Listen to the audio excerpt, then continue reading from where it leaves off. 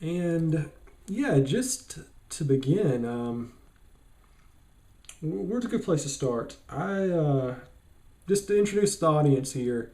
Over the weekend, we had WrestleMania 33, obviously one of the biggest shows of the year, and we're up to the point now where, it's not just WrestleMania anymore. You have an entire weekend of festivities. You got Next, you got the Hall of Fame, you have all the other promotions showing up in the city, and with so much going on in the world of professional wrestling, it's just too much for one man to kind of trudge through. So for this video, I decided to go out and get some commentary from my good buddy, the wrestling professor of armpitwrestling.com. So I'll just throw it over to him real quick and let him kind of introduce himself and tell you about all the great things you can see over at his website. Hey Jimbo, how's it going? Good to finally talk to you after all these years. You did so many columns for my site back in the day. It's good to finally touch base with you. Yeah, the Armpit, it's been around since 2002. We do a comedic website. We have all the, I guess you call it fake news on there. Lots of interesting stuff on there, backstage fights, crazy road stories, and satire, parodies, interviews, and mock interviews with a lot of people in wrestling. So some good stuff on there. It's armpit-wrestling.com. All right. And I just want to throw a shout out to all the people watching this video. If you're even like moderately into wrestling, if you're a lapsed fan like me, just starting to get back into it, this is a great resource to go to. There's a segment called Greatest Matches, which does a phenomenal service for guys like me who, really don't have time to watch all the shows. We actually go through there and pick out the absolute cream of the crop. So you just did an update today, I believe, correct? That's right. The first quarter of 2017 is up. It's all matches rated 4 stars and higher by Dave Meltzer. And people say, why do you use someone else's ratings? Well, it's really for consistency. We want to have pretty much an agreement with most of his star ratings, so I think it's a good, base for that. And it's been a tremendous year so far. My gosh, so many great matches. Yeah, it's like I was saying earlier to a fellow friend. I mean, this is probably the best year to be a wrestling fan since at least 1996. There's just so much great stuff going on all over the world. And if you want to get into it, armpitwrestling.com, a great place to get in the thick of things, see what's going on. So yeah, just probably starting off with the WrestleMania. Before we get into the actual event itself, anything you want to say about what happened at NXT? I mean, any major fallout from that you want to go over? I thought it was a tremendous show. That three-way tag, I think, was going to be the best match on the whole weekend until DIY was eliminated. Kind of lost some steam after that because Authors of Pain, the fans there don't think they're at the caliber of the other team, so it kind of lost steam once they took over and they won. Kind of let the air out of the tires, but that was an amazing match, and really every match on there was solid. I thought it was fantastic. And what were your thoughts on the Shinsuke Nakamura and Bobby Roode main event? I enjoyed it, but I do think it may have been the wrong match for that crowd. It's like a party atmosphere, and they're doing a slow build, working the body part, which is what they're trained to do. In any other setting, I thought it would have been great, but a lot of people didn't like the match. I loved it. The heat was spotty in parts, but overall it was a big success, and it was the right finish. And Bobby Roode is going to be a tremendous star one day on the main roster, and it's the two best entrances you got going in the business. Those two, good match. And something really interesting with that, they just released Dave Meltzer's star ratings for WrestleMania 33 and the NXT show. This particular main event, the Bobby Roode Shinsuke Nakamura, was given 4.25 stars, higher than anything else that occurred on WrestleMania 33. But I'm actually seeing people, in the internet wrestling community saying this is like one of the worst matches in NXT history. So why do you think there's such a discrepancy there? I think it's the style they worked. Like I said, those fans want to come see something else. But really, the worst match? No, not even close. The selling was tremendous, I thought. Mm-hmm.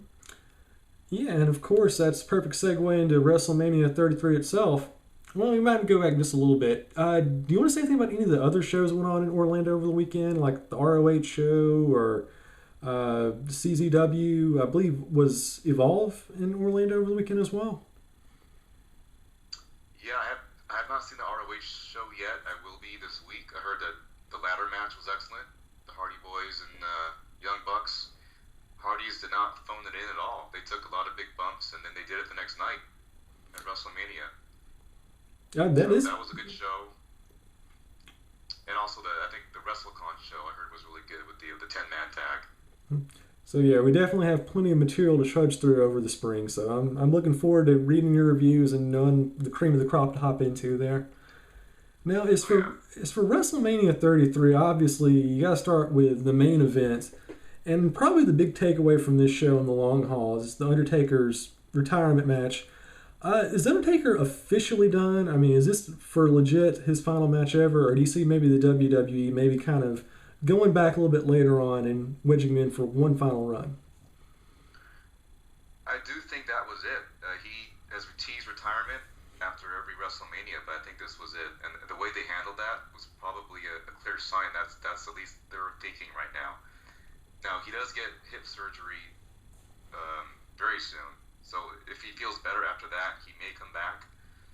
But for now, I think this is it. So one of the things I've been trying to sort of grasp as a Lapsed fan coming back in the product after years and years of being away from it is unraveling the Roman Reigns enigma. You know, why is this guy absolutely loved so much? And I think just watching one match kind of lets me know why. He has a pretty limited move set. I mean, he's a great looking guy. He's got the build for it, the aesthetics, all that stuff. Really, really good. But his actual, in-ring delivery, I think, leaves a lot to be desired. So with him basically retiring The Undertaker and kind of moving to a point now where the fans, as evident by what happened at Raw, absolutely just loathe them, do you think now the WWE has no choice but to turn this guy heel, just to kind of, save the program? I used to think they should, but the way they reacted to him on Monday, I think they should just keep going in the way they're going. He's already dropping subtle heel hints. He dropped the mic and said, "This is my yard now." I think it's perfect for what it is. If they turn him heel, what's going to happen is there's going to be a backlash to the backlash. And they're going to start cheering him because they think they're not supposed to. And he's going to lose some of that steam. It's the same reason they didn't turn John Cena heel all those years, and it worked for them. I don't think he's limited in the ring. I think he's excellent. He's had a string of great matches the past couple years. I think it's just the booking and the timing of everything with they resented him for the Daniel Bryan push that never happened.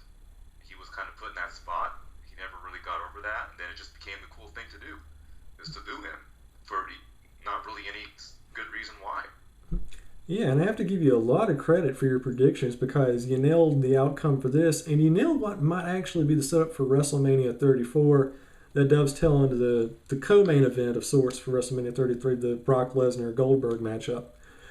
What were your thoughts on that one? It was a match that barely went 5 minutes, had a grand total of 4 moves in it, but was still awesome somehow. Yeah, I mean, I can see complaints that it was maybe too short, but if it was any longer than that, I think they would have ruined what turned out to be perfect. It was just big move. It was only really, I think, 4 different moves if you count them. A spear, a jackhammer, a suplex, and an F5. But it worked to perfection. I wouldn't change anything the way that happened there. It's just, how can you complain? It was an absolute masterpiece of minimalism. I loved it. It's the whole adage about getting more with less. That's the perfect example. And it certainly beats the WrestleMania 20 match by a lot of yardage, in my opinion. Oh, yeah. I think they messed up with him with the Kevin Owens match. Mm-hmm. I forgot the name of the pay-per-view, but the one last month. That was too similar to the Brock Lesnar match at Survivor Series, and it made people resent Bill Goldberg even more because now they had a reason to. They didn't see he was worthy of holding the title. Such a quick win. I think they could have done a few minutes longer in that one, but it all worked out in the end. So are we pretty much sort of deadlocked on doing a Brock Lesnar-Roman Reigns main event for WrestleMania 34? Yeah, so far that's the plan. Plans always change, but that's the plan for now. I mean, it's the rematch of WrestleMania 31, which I was there for in person, and it was a good match at the time. Mm-hmm. So So should be the same. Do you think they might do that a little bit earlier, like maybe do like a program for a SummerSlam or Survivor Series, or do they actually going to plan it out for a year this time? I think they're going to plan it out for a year because it has been done before. So if they do it again before Mania, it's going to be too much too soon. So I think they will hold off on it, barring injury. Yeah, and just like you said in the armpit preview, the battle of 23-2. So something I really haven't heard a lot of people talking about, I think would be a great idea. If you're going to do Brock Lesnar against Roman Reigns WrestleMania 34, how about bringing the Undertaker as a special guest referee? That's a good idea. I don't think he could keep up with them. Like, the referee's got to, kneel down, count quickly, get out of position when he needs to. I don't think he'll be able to do that, but that's actually a good idea. Or at least have him involved somehow.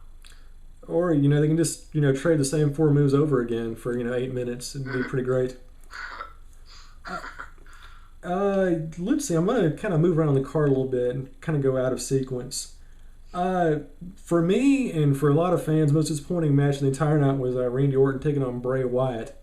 And for me, the thing that I always remember about this match is not what actually happened with the competitors, but just this whole, Wyatt special effects with the ring and the cockroaches and the maggots.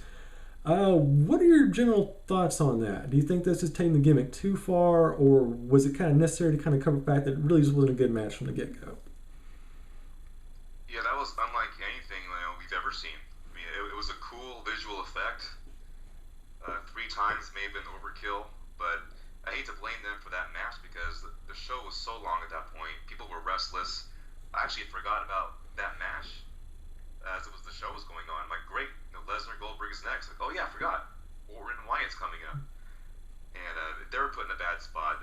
They did not have a good match at No Mercy last October, which I was there for as well, in California, because they put the main event on first. If you remember, it was Cena, Ambrose, and Styles. They put that main event on first to go against to avoid going against the Donald Trump speech. And that kind of took the air out of Orton Wyatt in the main event, and here at the end, it happened again. So I hate to blame them for that, but yeah, it fell flat. And one of the really big complaints you're seeing about the show in general was it's just too damn long. 6 hours, 40 minutes, almost 7 hours. So, what do you think would be a good solution to this in the future? Split it up over the course of 2 days, like they're doing with New Japan in California later this year? Or just kind of like condensing the show overall, less matches? What would be your sort of ideal situation? Yeah, either or. Exactly. Either have a 2-day show, or just say, hey guys, not everyone can be at WrestleMania this year. There's just not enough spots on the card. I mean, you had Ambrose and Corbin and American Alpha, really talented guys, not on the main card. The Cruiserweight match wasn't on there. So it's just not enough spots on the card. You got to go 2 days. I don't think you should do a Raw Mania and a SmackDown Mania. I think each card should be mixed up so there's not that level of sameness. But I think we're headed there because the talent coming up is just getting better and they're hiring more people. I don't see how you can't do 2 days eventually. Yeah, it's an amazing thing. I mean, you had 2 days of WWE programming, close to about 10 hours overall, and you didn't have Samoa Joe. You didn't have Finn Balor. You had none of the guys from the UK. So, yeah, I think it's going to be a big issue coming forward. When you have so much talent and you're going to have these really huge shows going over multiple days, how exactly do you manage that? So that's, I think, probably maybe even a bigger takeaway than Undertaker retiring in some ways, is just the influence on the model. And from there, Seth Rollins and Triple H. What were your thoughts on that one?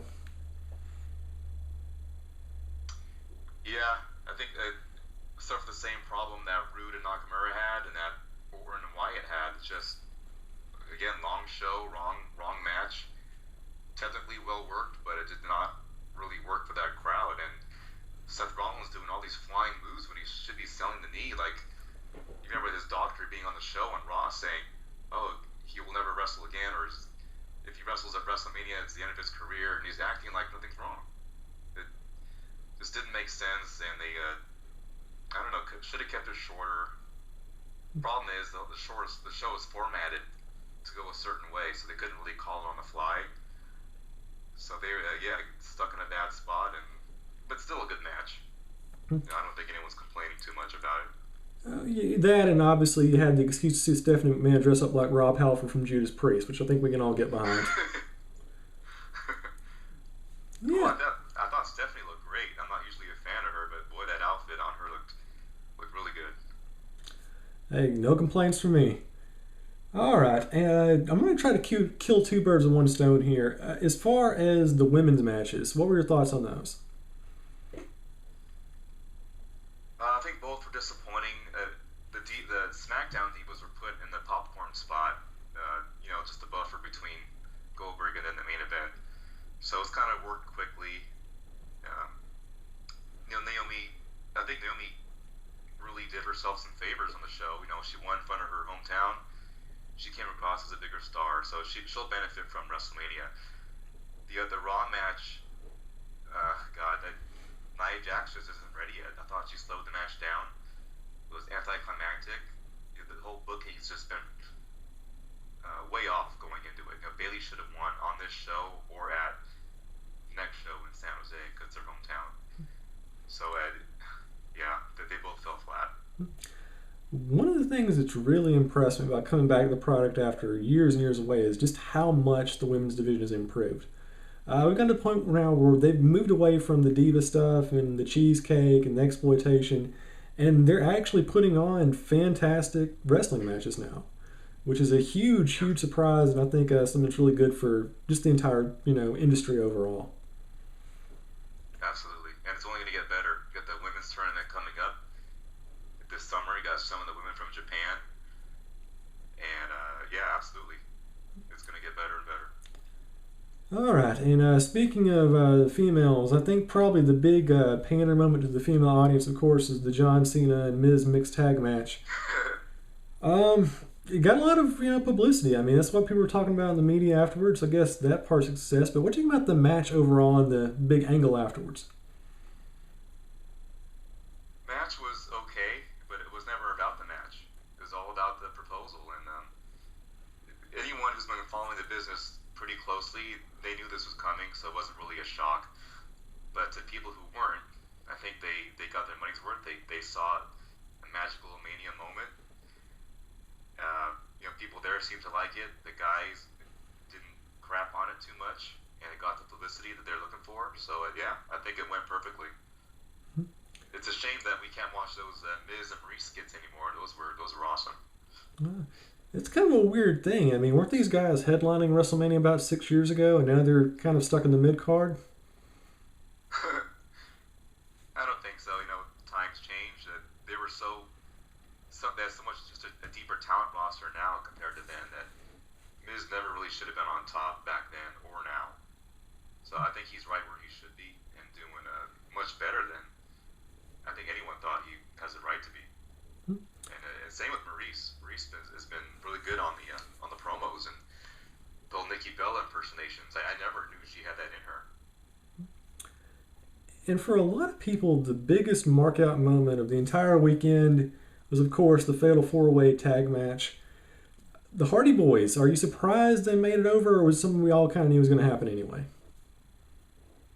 I'm surprised they actually wrestled the match. I thought they would do a sneak attack at the end or some point, or maybe on Raw.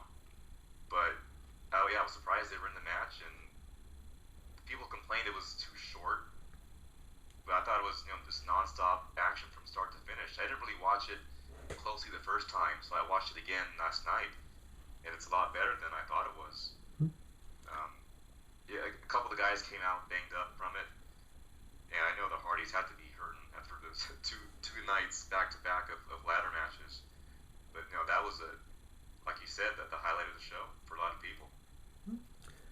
And how do you feel about the Kevin Owens and Chris Jericho match? What went right and what went wrong? I think they were put early on in the show to get as much heat as they could have. But it's such a stacked card. Not everyone could be in the main event or semi-main. I guess a little bit below expectations considering the build-up and the hype. I don't know what they could have done to alleviate that though. All in all, it was And I think for me, probably the most surprisingly awesome thing about the entire weekend was AJ Styles and Shane McMahon opener. This was a match everybody thought was going to be terrible. Dave Meltzer actually said it was the best show of the entire WrestleMania 33 event.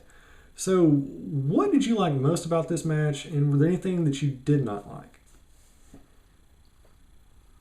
No, I agree with the 4-star rating I got. I think it was the best match on the show from a reaction standpoint.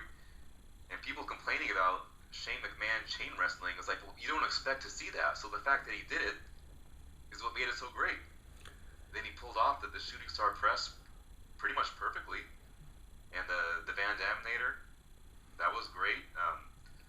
His selling was okay, well, less than okay, but not everyone's looking at it in such a microscope like the people rating the matches are.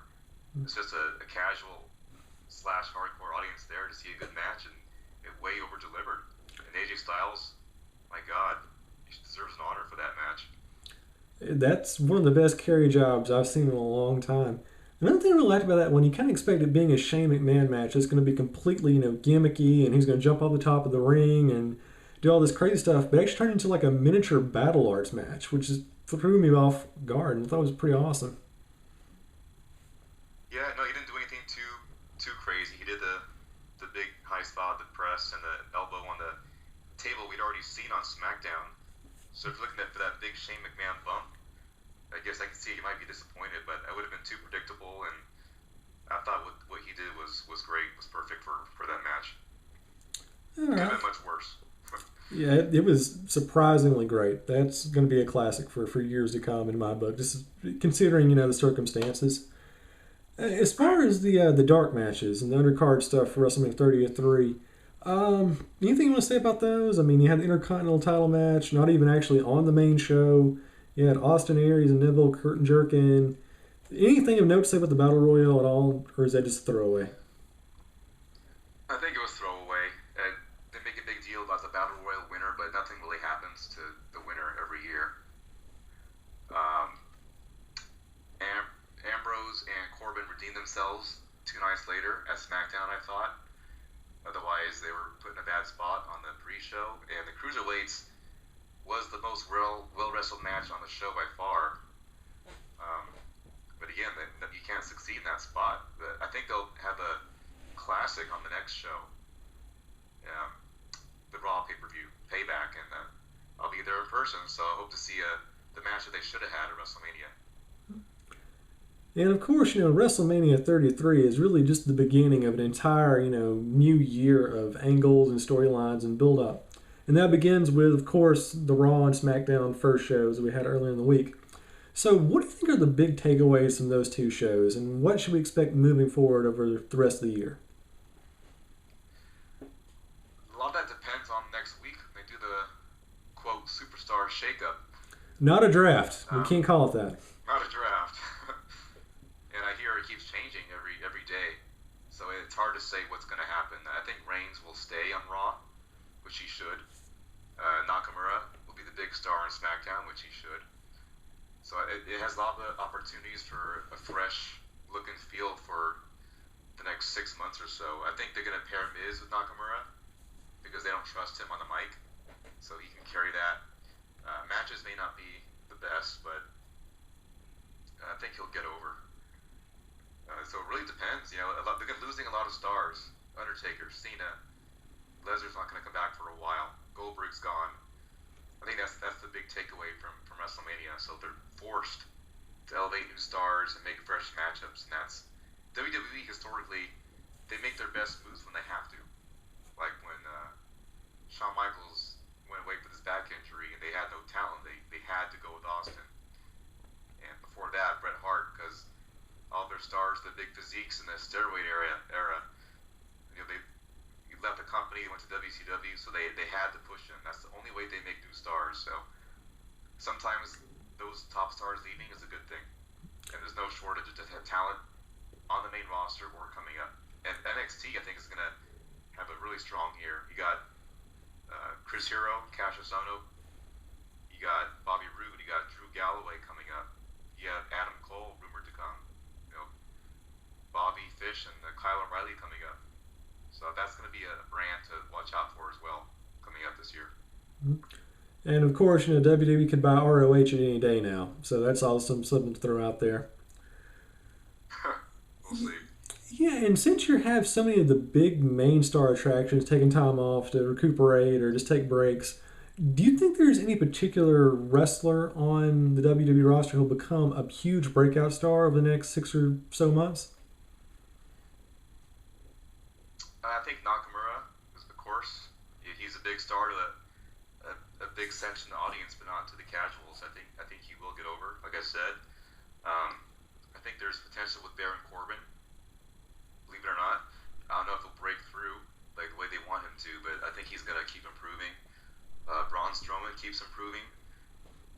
That he's gonna be put in a strong position to challenge Lesnar. He might even go over Reigns on the next pay-per-view.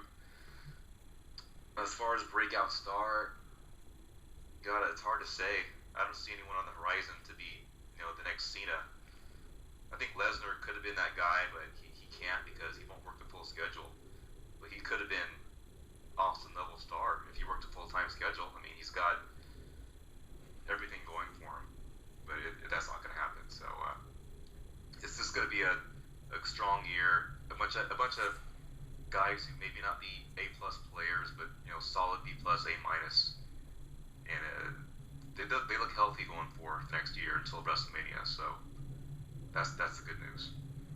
And do you think there are any potential free agents out there in other promotions who could be signed by WWE over the next couple of months to really shake things up? Adam Cole, I think, is the one that everyone's talking about, but I don't see him as a main roster guy anytime soon. That he's going to be very small. That's the only thing about him and Finn Balor. Especially when Finn Balor was standing there next to Seth Rollins at Raw, you just really see how small he is. And it doesn't matter as much as it used to, but it still does matter to a point. So Adam Cole, I think, is the main guy. Aside from that, they've got their tabs on everyone whose contracts are up. They're trying to stop all the promotions in the UK from gaining ground, and New Japan trying to make strides in the United States. Kenny Omega, I think, will be with the company WWE, but not until next year. But as far as this year, I think Adam Cole's the guy. And let's do a little bit of fantasy booking here. WrestleMania 34, we're doing the build up for it now. You and me, we're in charge of creative. What are the matches that you would love to see most for next year's big show? Oh boy, this question will be better next week when we know what the rosters are. But Lesnar, Reigns, of course. I would love to see AJ and Nakamura again. I mean, their match at Wrestle Kingdom 10 was amazing. That's really a no-brainer. I'd like to see maybe a Kevin Owens, Samoa Joe. They're going to be a team going forward. I think if they do a split, they could have a really good match next year because they're both tough brawler types. I think they could have a really good match. Seth Rollins is still one of the top performers in the company, technically. I think he needs to be tweaked a bit so he can have more of an edge and be the wrestler that he used to be in 2015 when he was the AJ Styles of 2015. He had that run on top. He had a string of excellent matches on pay-per-view. So he can still go. He just needs to find the right personality, find the right opponent, and the right feud. He could be a much bigger star than he is.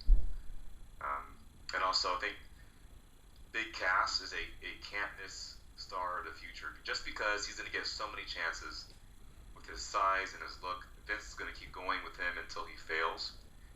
And he's going to gain the talent with time. He's slowly improving, and if he has Enzo as a manager, he's got the mouthpiece right there, and he's not a bad talker himself. So I can see him in a big spot either next year or the year after. If not main event, then close to main event. But the problem with him is that he's so big. Who do you put him against? That's fans are going to buy as a liable challenger. And the WWE has gotten a lot of mileage out of some very, very talented part-time old-timers like Brock Lesnar and Bill Goldberg coming back. Do you see perhaps the WWE may be going out for maybe one more old school guy to come back and maybe build some angles around? Speaking of angles, you got Kurt Angle back, so that's a starting point. Yeah, I should have mentioned him in the last question. I think Angle against Triple H for next year is a sure thing. You know, him doing skits with Stephanie all year on Raw, the GM role, he's perfect for that role. And if he passes the physicals, I think him and Triple H is a solid main event for next year. But back to your question, that I don't know who's left. That's the thing. They've already used everyone out there that's part time. I mean, unless you can think of anyone, they've already done Goldberg. Who else is there? I don't know. It's going to be a huge aside, but I'm really disappointed about the Undertaker retiring because ever since I was a kid, I dreamed of seeing the Undertaker take on La Parka. And I guess it's just not going to happen now. Crazy enough, he's still actually wrestling in Mexico and actually putting on some great matches. Did you see the one he had against Rush a couple of weeks back? I think so. I've been seeing so many matches lately. It's just astounded me that he's gained like 100 pounds since 1998, but he's still out there just putting on these awesome brawls. He'll never get signed by WWE. Yes, yeah, I did see that. That was a crazy brawl. That almost made my top 5 matches of the quarter. That would be probably like my number 2 or number 3 at this point. But yeah, he's not going to get hired by WWE, but we can all fantasy book. All right. I thought Rush looked great. Rush should be a solid addition to WWE, I think. Oh yeah, there's a ton of great luchadors I think would be great fits, but we'll see what happens there.